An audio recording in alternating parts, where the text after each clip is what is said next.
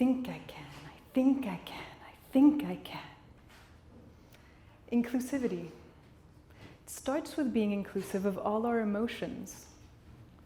Being inclusive of our shadow, as well as shining a light on our greatest gifts. Being inclusive of what we don't want others to see. If we heal our wounds, we heal the world's wounds. When I was 8, my parents divorced and I was sent to boarding school. Being strong was what I learned. And grieve alone, don't burden others with your loss. I think I can, I think I can, I think I can. Then the day before my 11th birthday, my mother died. Keeping busy was the learned tactic for dealing with loss. Have that pizza birthday party the day after her death and keep going to school as if all was okay. Don't let others down, my friends looking forward to the party, and showing my father I could keep my chin up and be strong like him. When asked where my mother was, adults became really awkward upon hearing she had died. And I just felt that they regretted asking, so I tried to avoid the topic as best I could.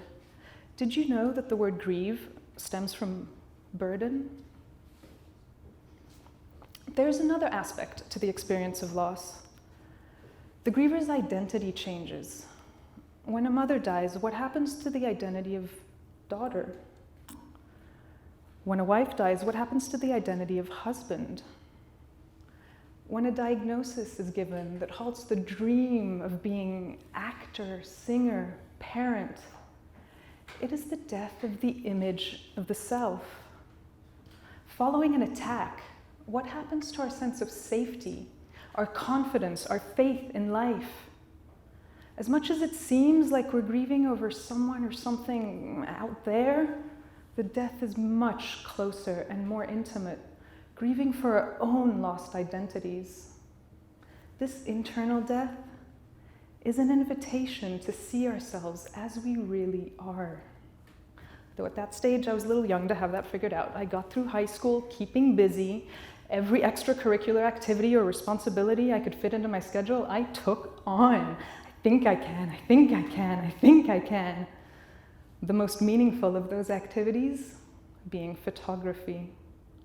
When my mother died, the only object of hers that I took with me was her camera, and somewhere inside, I imagined I could keep sharing my world with her through her lens. Photography was my psychologist. It taught me about perspective. It taught me to be present in the moment. It taught me to value the ordinary. Countless hours in the darkroom had me perfecting the art of developing negative images into positive images. The more time I spent in the dark, the better I could see in the dark. Photography taught me the importance of correct exposure, getting the black really black and the white really white and every nuance of gray in between. Photography taught me what to focus on. What I see in my frame depends on my point of view and the wideness and clarity of my lens. A young girl came to me for art therapy after surviving a major earthquake. She'd become fearful, and she'd regularly break into tears at home and in school. Her reference for stability was completely shaken up. In our first session, her attention went out the window to the autumn leaves falling off the trees. So we went outside. I invited her to pick up some leaves and elements of nature that she could create something with. She proceeded to glue these elements into a landscape collage, rebuilding solid ground, solidifying it more and more each week. And while she was creating, she hummed and sung a song about man being stronger than the hurricane, stronger than the volcano's fire. And then she went on to drawing what she saw inside her fingerprints, starting with the earth. As she brought to consciousness her inner resources, I witnessed her flourishing joy, confidence, and enthusiasm for life. Very rapidly, her parents reported that her fearful tears had ceased. We are each the expert of our own story, and need the space to go without fear to the core of our difficulty. Creativity permits us to find that. The vocabulary of creativity permits a revision of the patterns that no longer serve us. Children process emotions by watching how parents express theirs.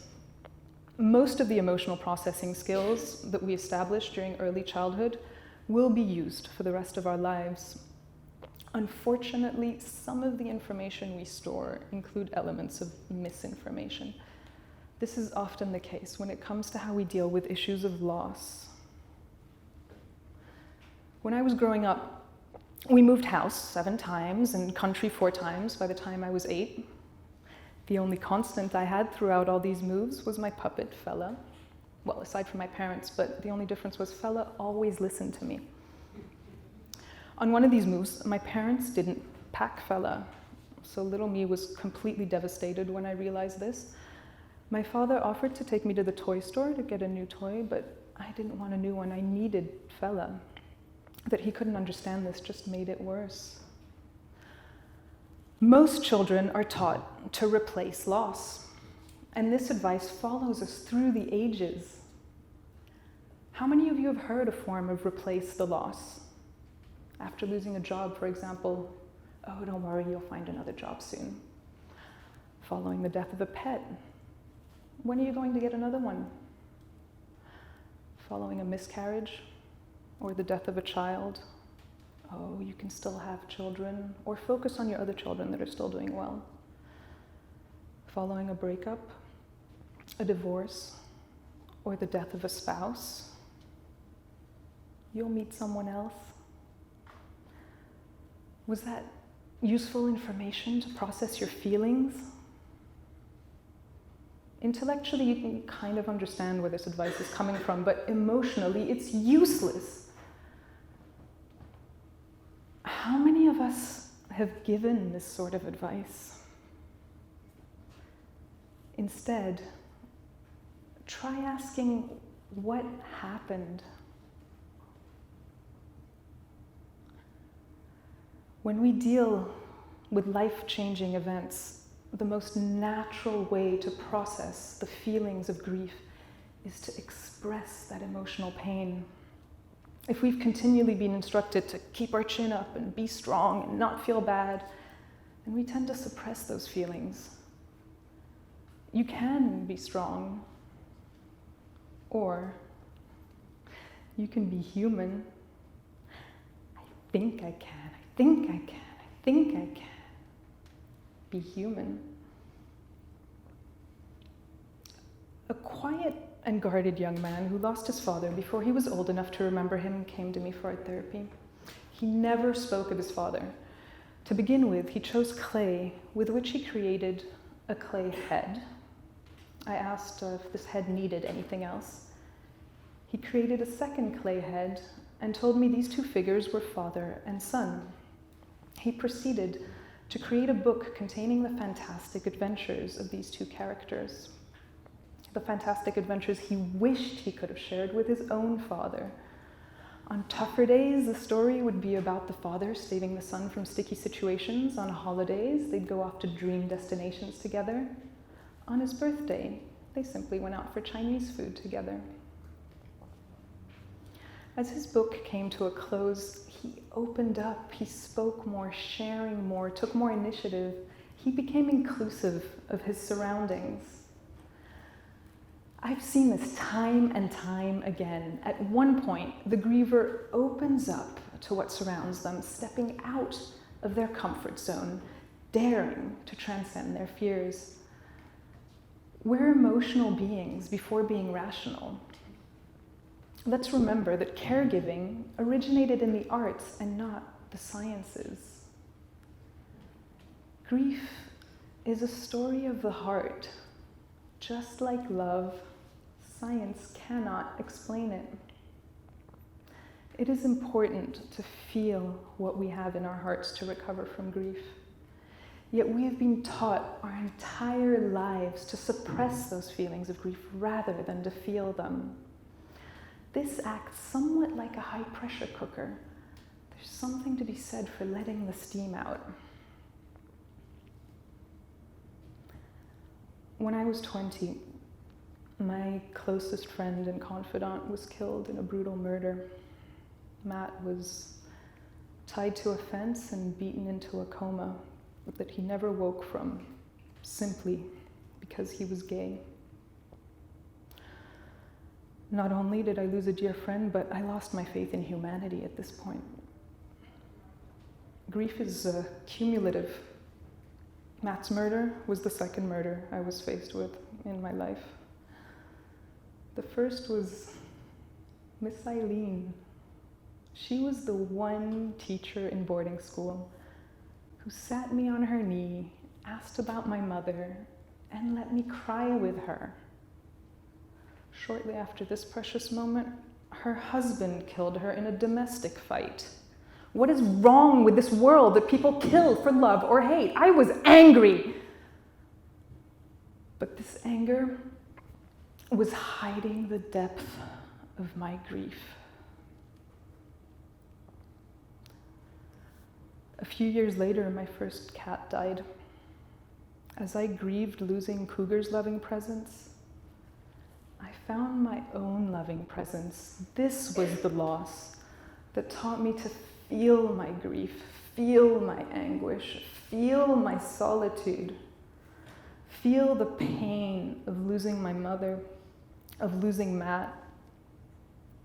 As I felt my heart break, my heart opened wider and wider to include, tolerate, and understand so much more.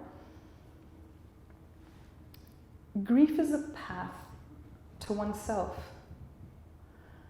When we live our grief, it deepens the meaning of our life. It forces us to feel. Painful as it is a gift.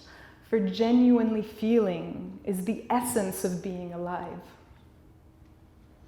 The people I know who laugh spontaneously and who spread a contagious feeling of joy are those who know how to break down and feel their sorrow as it comes. As waves of grief come, the best advice is to dive right into them. The current may take you somewhere else, and you can float on your back a while and soak in the sun. Grief waits on welcome. Facing our grief is not as hard as one thinks when one remembers the goal, to discover the essence of our heart. I think I can. An effective way to do so is through creativity. In so doing, we give way to the power of the metaphors our imagination holds, thus giving our suffering a gentle way to be heard. Expressing emotions can be intimidating. It comes more naturally through creativity. Art becomes a vehicle for deep communication. The process is a dance across a bridge to the unknown, a way for an interior process that cannot be assisted by rational thinking. Metaphors work on so many levels. The word stems from the Latin Greek metaphora, which means transport. And transport you they will. The images and metaphors I witness when working with art therapy introduce considerable metaphorical possibilities. The symbolism lets one look at the hidden nature of our being, the collective unconscious, without personally identifying with what one feels. You are all creative. Use that creativity to welcome your emotions. Go, draw, take photographs, dance, move, sing, sculpt, paint, write. Arrange objects in your home in a way that means something to you. Note what images you see in the clouds or the images looking back at you from what crosses your path. Let your imagination take you places that gets you dialoguing with your story, your images. It's not perfection you're after, it's expression, creative expression.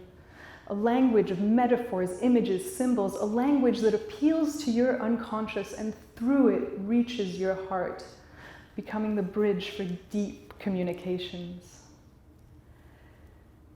It is in the vulnerable and magnificent process of bringing to consciousness our deepest wounds that we open our hearts to true inclusivity. Our suffering contains the seed to our transcendence. We need to keep our sense of wonder and creativity alive.